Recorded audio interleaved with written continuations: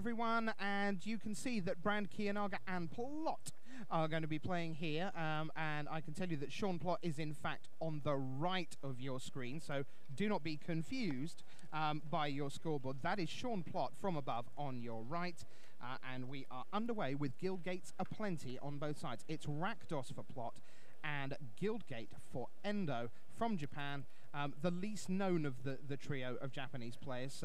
But then I guess if you're Sean Plott, you kind of don't feel intimidated by anyone. You don't know who these guys are necessarily. And Plott's Rakdos aggro deck does not appear to be coming out of the gates very quickly. No, you'd expect, you'd like to see a Rick's Mighty Guild Mage for him, but it's Corrosed Guild Mage coming out on the other side of the table for Endo. So Plott lays land number 3, comfortably out of range of being stuck for his 2 colors. And he's going to see a card I love, Aaron, which is Lobber Crew. Lobber Crew. It looks so clunky and awful, and it's great. That's right. It blocks, it pings, it rewards you for playing multicolored spells. So it's interesting. I've seen that card mostly in Is It decks this weekend, so we'll see how it performs here in Plott's Rakdos deck. Well, it gives you reach, doesn't it? Because you get them to 5 or 6, and that's often enough for Lobber Crew to just end the game right there, as we see Sewer Shambler coming down. Right, it's all about keeping you alive to do those last few points of damage, which again isn't the traditional Rakdos way. So the Lobber Crew is now live. Now, we sort of assumed that Plott was going to be Rakdos aggro, but maybe he's kind of mid-ranging. Yeah. I have a feeling that may be a Blood-Frayed Giant. We're going Unleash. Yeah, he's got he can't play too defensively here against a Swamp Walker and a Guild Mage that can give things Intimidate. So there's the 5-4. So he's going to have to start attacking hard and fast as quickly as possible because he's behind on the board already in the damage race.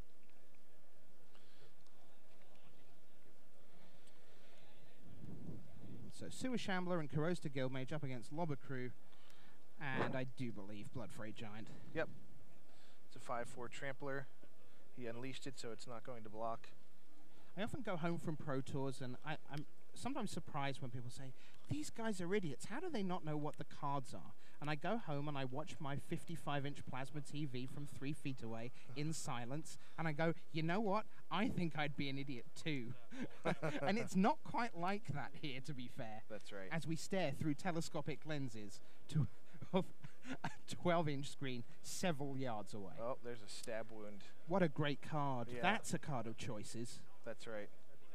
And it's Lobber Crew really good here on a guy that can't block, so it's not going to die in combat unless Endo wants it to, and it's not going to prevent him from attacking. Plott's really on his back foot here about trying to win this damage race. Although Endo did miss his 4th land drop, so...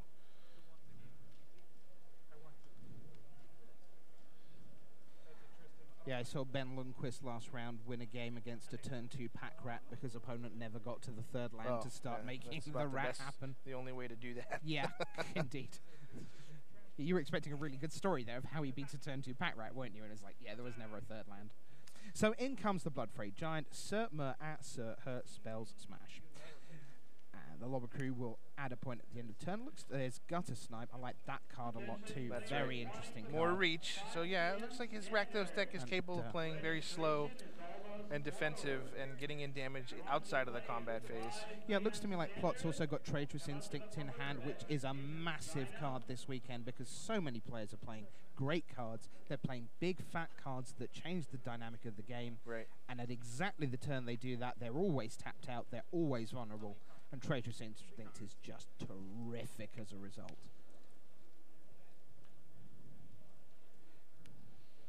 Yes, Shepard for the win. You log on and you see Day 9 playing MTG. You are entirely correct. Your eyes are not deceiving you.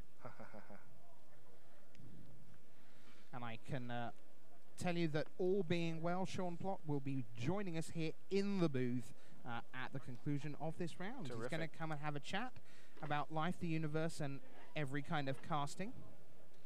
All right, what do we have here? He hit his 4th land. Endo did finally.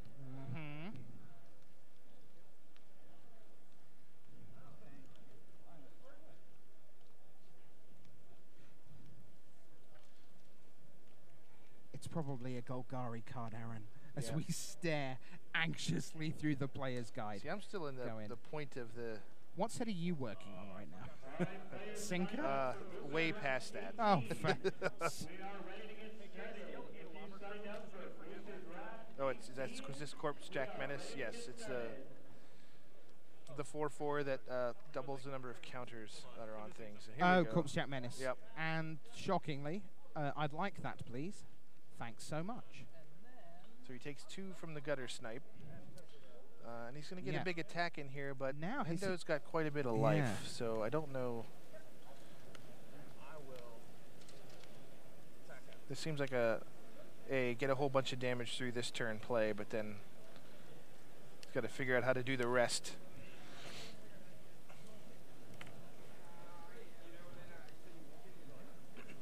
Endo is not interested in taking 6, so he'll throw his Guild Mage in front of it.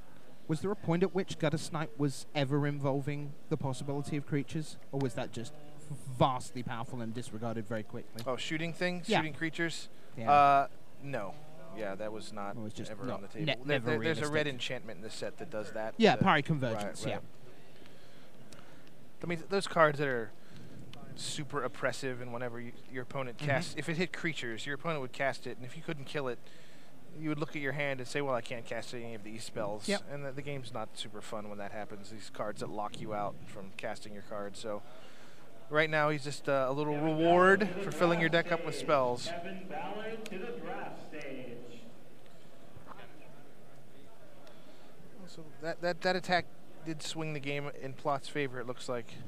Yeah, and now this is where his reach is going to matter. The damage he can do with Gutter Snipe and Lobber Crew, even though he keeps getting dinged with that stab wound every turn. Sure. I mean, he's down to 12. But Golgari really wants time. And you look at the graveyard, and this game is not terribly advanced from Endo's point of view. He wants drudge guys in the bin. He wants to find things that he can scavenge at 5 and 6. And, well, he's getting aggressive here. He's like, yep, in we come. Sewer Shambler's going to get through, and we're going to see Corpse Jack Menace blocked by the Lobber Crew. And before it dies, there'll be a little bit of ping action from Sean Plott. Well done. Here's the correct answer. 10 plays 8 now. And Endo is going to try and keep up the pressure here. 3 mana. Oh, a lot left, Troll. No, not for 3 no, mana. That's 2, isn't it?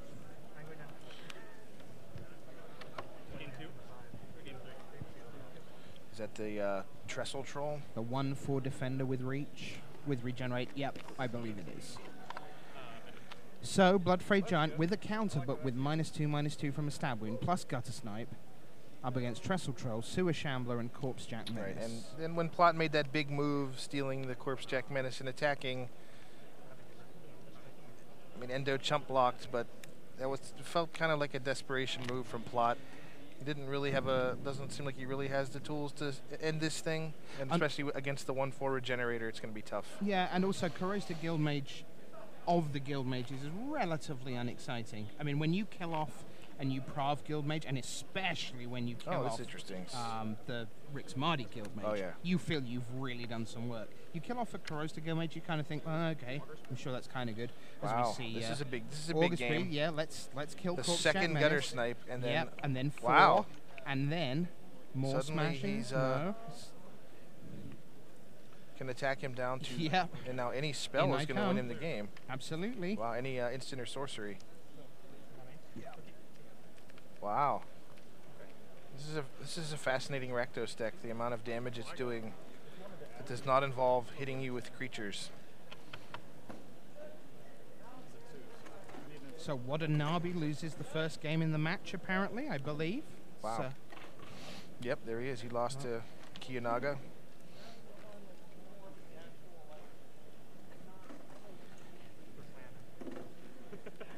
I don't know what the last card is in Plott's hand, but it's really important. Isn't it just? Golgari Longlegs. And now he has to stay back. One of those kind of gluey cards that just keeps everything set together. It's not particularly exciting, but finds a home. So now, Right, reminds me of Street Breaker Worm from the first Ravnica. Just big vanilla guy that Yeah. gives So you a really Plott- good source okay, of so damage. he's going to discard a land and draw off the Viashino Racketeer. He does not appear to have drawn it, so he's going to pass Right, the turn. you can't attack through all that stuff. Oh, it's getting exciting, boys and girls. Is that a Rogue's Passage that... Yeah, that's an interesting card. Yeah. For a long time, that was a gate in development. Sure. So you could search it up with your... Yeah, you can see that. Modern players, pairings for the next round have now been posted. We also have prizes ready. And there it is. Retro sealed event. Yeah. Dead. Sealed players. Yep, the Rogue's Passage come out with the 5-power guy and the Swamp Walk. I know you do. Tight game. Plott was a draw, you know, Yep. a spell away from stealing that one. So, Rogue's Passage, Yeah. if you're building, do you consider Rogue's Passage a land or a spell? It depends on how bad my mana is. Okay. Okay, I'm going to tell you that we're going to move across to Toshiyuki Kadooka up against Brand. So we'll come back later on. We'll see how Plott's getting on. But we're gearing up for Kadooka against Brand. Brand will be on your right of screen, currently leading 1-0. And Kadooka just helpfully looked up, so we got a little face shot. If you're wondering where the player cams are, well, they're on top because we've got 3 Right. matches to bring you in every round. Usually we just have 1, so instead of faces, you get matches. More magic. That seems like the way forward. At least for Yeah. these team events, that's for sure. Yeah. So Rogue's Passage, if I'm 2 colors, Yeah. I will treat it as a land, and if I'm 3 or more colors, it's a Okay. spell. Fair enough.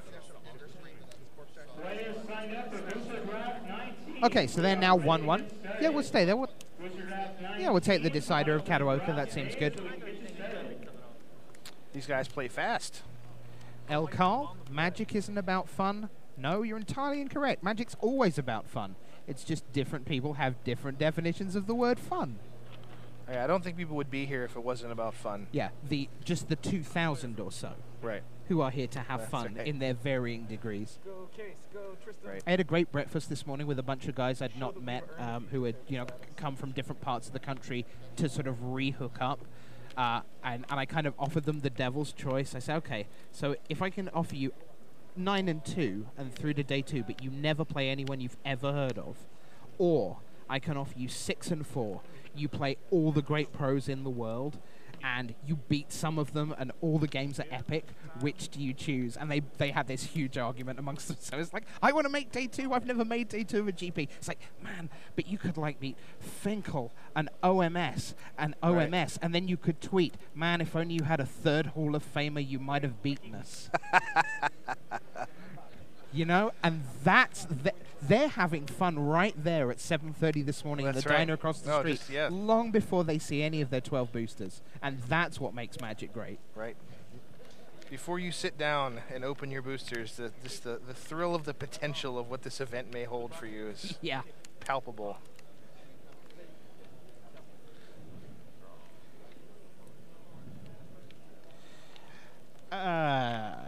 We could go to Watanabe because apparently he's actually playing Magic, unlike these two. Yep. Go on then. Let's take a look at Watanabe. Enough green piles and And blue here we go. piles. Watanabe Okay. has Frostburn Weird up against Stoneforge Crocodile. We're going to see Sluiceway Scorpion coming out. The Death Touch on the right of Scavenge screen. guy, I yep. can tell you that Watanabe is on the left of screen in the blue and black check shirt. And that, I believe, is a Goblin Electromancer joining, which will make his instants and sorceries just that little bit cheaper. Yeah, especially since he didn't play a land that turn. I think Yeah. that's going to be a big deal for him. Mm-hmm. We'll see how quickly he trades with it, if he wants to trade with it. No, so he needs that Electromancer alive. Yep, so just takes 2 damage, Watanabe. It's interesting. He could have pumped his weird and traded with the crocodile, but he did not. He decided to leave them both alive. There's Gerard's orders. Incredibly he powerful goes and spell. he goes and gets 2. 1 goes into the graveyard. That'll be a Zanuck of Locust, and boy, is that guy clunky. 3/3 fly for 6. But once it's in the graveyard, it does very good work Right. for no cards. So Gerard's orders working for Kiyonga there on the right of screen. I couldn't see what he put in his hand. No. It was a multicolored spell, so So Watanabe, your reigning player of the year. Flicking through a big grip of cards. Both players have plenty in hand early here in Game 2. Team Day 9. Currently up in 1, drawn in 1, Kadooka brand. And we saw, of course, Sean Plott lose out. Now that's an interesting card, Electrickery. Yep. Which alone doesn't do very much, but in combination with bits of combat, turns out to be the point that makes the difference quite a lot of the time. Yeah, I think on its surface it looks like it might be really good, but the fact is many of the tokens in the set are not 1/1s. No. They're as opposed to Selesnya from the first time Ravnica was around. That was all about Saprolings. Yeah. This is about much beefier tokens, so you don't get the.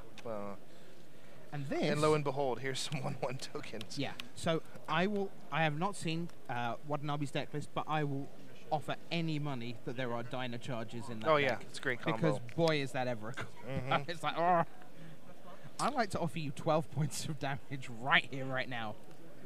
Yeah, when I played in the pre-release at work, I was Rakdos with 2 Goblin rallies, and I was saying I got to out Selesnya, the Selesnya decks, because I just had put out way more tokens than them. And yes, Dyna charge, a big backbreaker with that. Yeah. And so yes, here's you can see why he needed his Electromancer to stay alive, so he could cast this incredibly powerful spell, Goblin Rally. Yep. It's what the Light Brigade did, you know. Dyna charge. In comes Sluiceway Scorpion.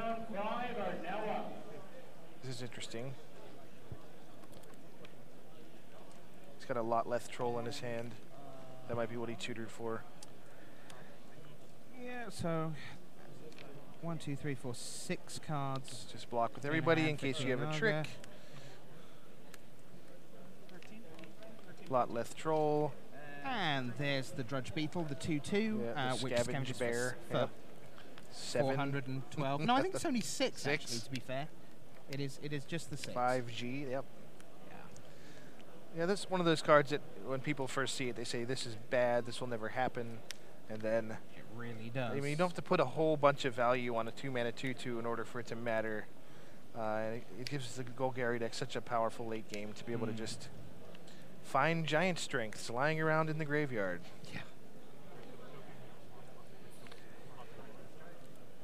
So this troll is going to hamper Watanabe's attacks pretty considerably. I'm sure he wishes he had that Electrickery back. Sure. But no fear. Figures if he's going to win, it's going to involve attacking into the troll at some point, so let's do this. Or face the fear in red zone anyway, depending on, you know, what book you've read in the self-help department. So Kiyonga is discarding a creature to give his troll a +1/+1 counter. At this point, he doesn't particularly need an Axebane Guardian. That's a lovely card, by the way, Aaron. Love that card. The kind of multicolored so it wall. absolutely enables. I mean, I imagine that there is a mill deck coming down in the next year or so because of the blue wall that's sitting there. Yep.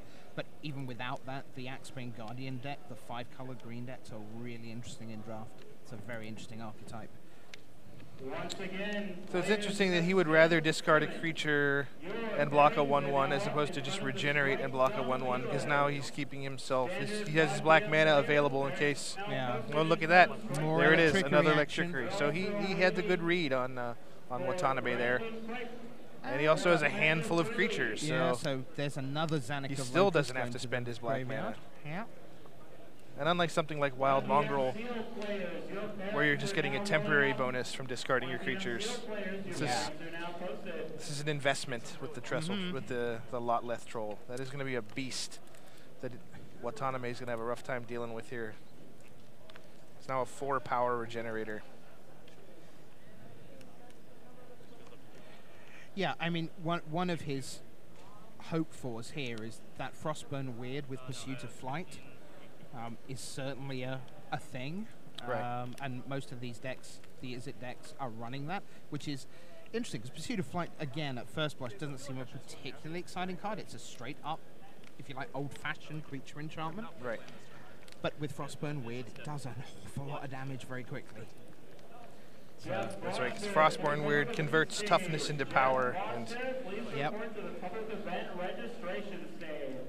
So here's Rune Wing, which can help stall against. And I guess he's got enough life where he can use it on offense at this point in the game. But these Golgari decks tend to have a bunch of spider-type creatures in them. Uh-huh.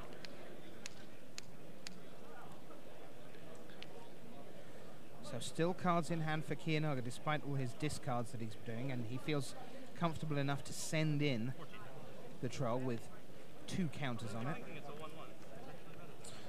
So Kiyonaga's got a lot of choices now between leaving mana up for his troll, casting new creatures. He's got a bunch of scavenge guys in his graveyard.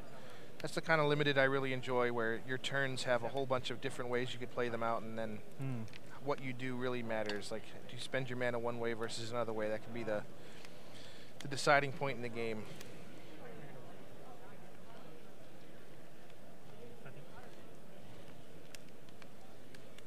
Another rally. And now it is certain that he has Dino Charge in his deck. Right. No one plays that 2 Goblin rallies without Dino Charge, surely. Not even Watanabe. So Lot Left Troll tramples and regenerates and is perfectly capable of attacking productively into this board. But at the same time, Frostburn Weird, like you said, can crack back really hard. Must take a moment to thank everyone for being so civilized in the chat room. Used to have idiots in there occasionally, but now we have a Lot Left Troll, which is great.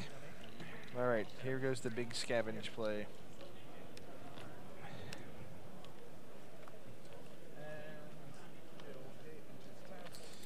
The Locust is an interesting card because it's so much cheaper to scavenge than to cast, so it's often better off figuring out how to get it into your graveyard. But it's a great finisher in a deck that has access to so few flyers. Right. You've got Daggerdrome Imp as the 1/1, which is obviously very fragile. We've seen Watanabe already with double Electrickery. And Zanuck of Locust, you know, yes, it still dies to Annihilating Fire, but if you've got to the stage in the game where they've still got an Annihilating Fire sitting in hand, that's a bit of an odd game in general. So it's basically only if they then top deck that very efficient piece of removal that you're dealing efficiently with the Zanuck of Locust. But once it's down, it's a thing. And that's the way Golgari is kind of put together, is so many of the creatures are just ground pounding guys that they need to find 1 or 2 evasion guys to start scavenging onto. And even if it seems like kind of a mediocre card on its own. Here's a big attack. 5 goblins and Rune Wing. And you see that Kadooka has now beaten Brand 2-1. So Plott will need to win his next game to keep things alive, because 2 match wins out of 3 ends the round right there. So here, Kiyonga up against it. Watanabe looking to force a game 3 in this one. Kiyonaga's been spending his resources making a couple really big creatures, whereas Watanabe's gone wide. And the wide seems to have the advantage now, but here we go with the giant trampling troll. It's a 7 power. In comes the team. So now the Frostburn's going to get in the way. Oh, and I'm going to show you this. I'm going to show you this ultimate price. Destroy a mono-colored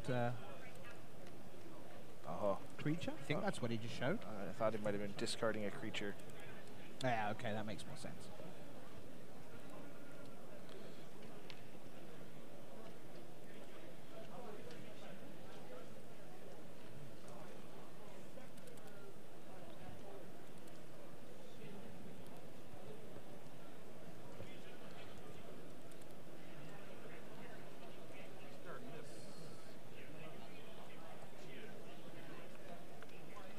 Oh, wow. So Watanabe has Annihilating Fire in his hand.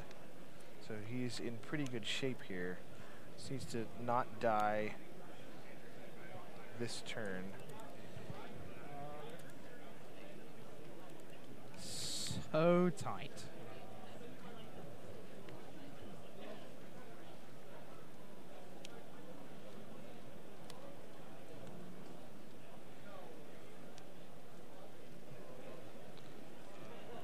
big. Big, big, big. All right. Troll goes up to... And that is game to Kiyonga and match to Kiyonga. So let's get you back to Sean Plott, day 9. There you see the board. Oh, dear God, what is going on there? There is a brush strider in there somewhere. Well, that must have been a grizzly salvage. Okay, that's a graveyard. That's better. Yeah. So we've got Deadbridge Goliath on the left of your screen. We've also got Ogre Jail Breaker, which is very firmly turned on thanks to the Golgari Guild Gates on the left of your screen. Sean Plott is on the right. He has Rakdos Shredfreak, the 2/1 haste guy. He has Viashino Racketeer, 2/1, discard a card and draw a card if you wish. And he has the extremely good but currently undersized Rix Mardi Guild Mage. And it looks like the players on the left of screen right now. Draft number 20. We are ready to get started. Players And registered. not sure whether 8 and 7 is in fact the live scores, because that's I'm pretty sure it isn't. So we'll wait to find out what that is. As Endo Cast a Dreg Mangler. He's got some 3/3 haste, big with, creatures scavenge. here. Scavenge for 5, right? 3 black Yeah. green. Uh-huh. And in come the boys, 3/3 and 4/4, and those Rakdos 5/5. cards.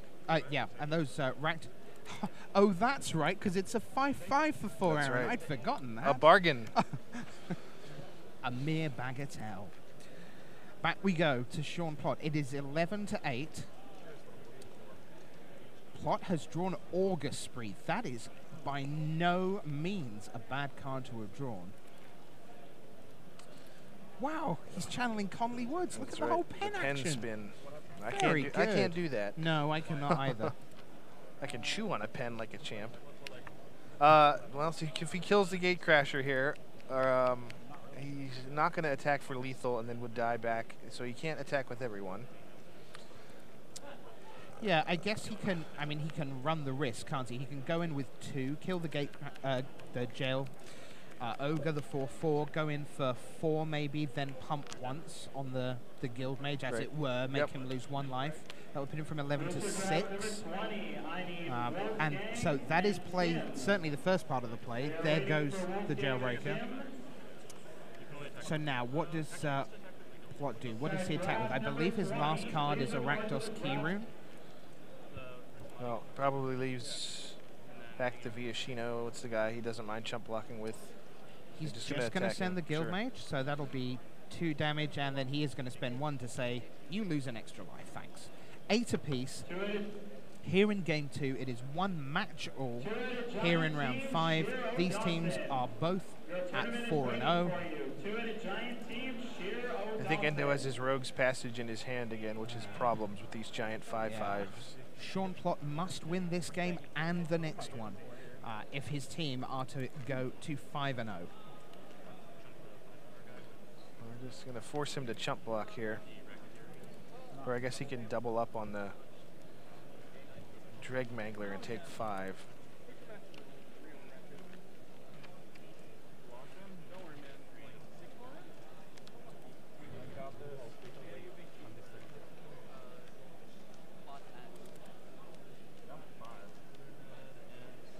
Yikes.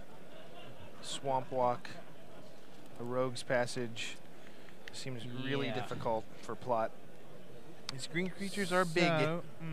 Yep, that is. Yes, think about it. Now he's like, am I going to play the mountain? Am I not playing the mountain? Because I want to play the key rune.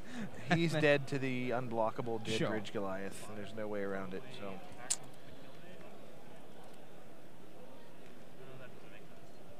But he can pretend. Oh, absolutely. I mean, that's all part of the game.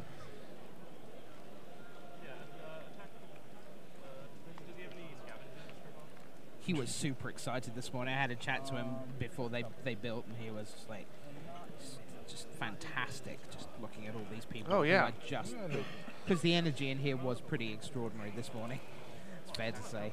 I mean, if there's a player in this room that we can say is the best, it might be Yuya Watanabe, and it's very cool that you can show up to one of these tournaments and attempt to joust with the best guy in Magic. Absolutely. And that's what Sean Plott and his friends are doing here. And there's no shame in losing to Yuya Watanabe and his cohorts. All right, and Sean is a big fan of watching the streams, and you know, I know that he watched all the Players Championships, so you know, this is a guy that 3 weeks ago he's sitting at home watching Watanabe take down Yasuoka beat all the rest of the best players in Magic. Yeah. Yes. And now he gets to beat my friends.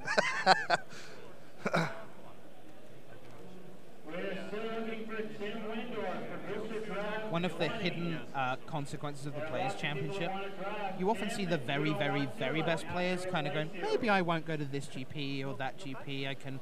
My points are going fine. And Sean can already see what's coming. He knows that there's the Rogue's Passage here. Yep. He's like, you're going to Rogue's Passage me, aren't you? Yes, my friend, Bam. I am. And that'll be 5. And then I'm going to then I'm going to shake hands. And Sean didn't even give him anything to think about by holding the card in his hand. No, so. there we go. And that's the end of round 5.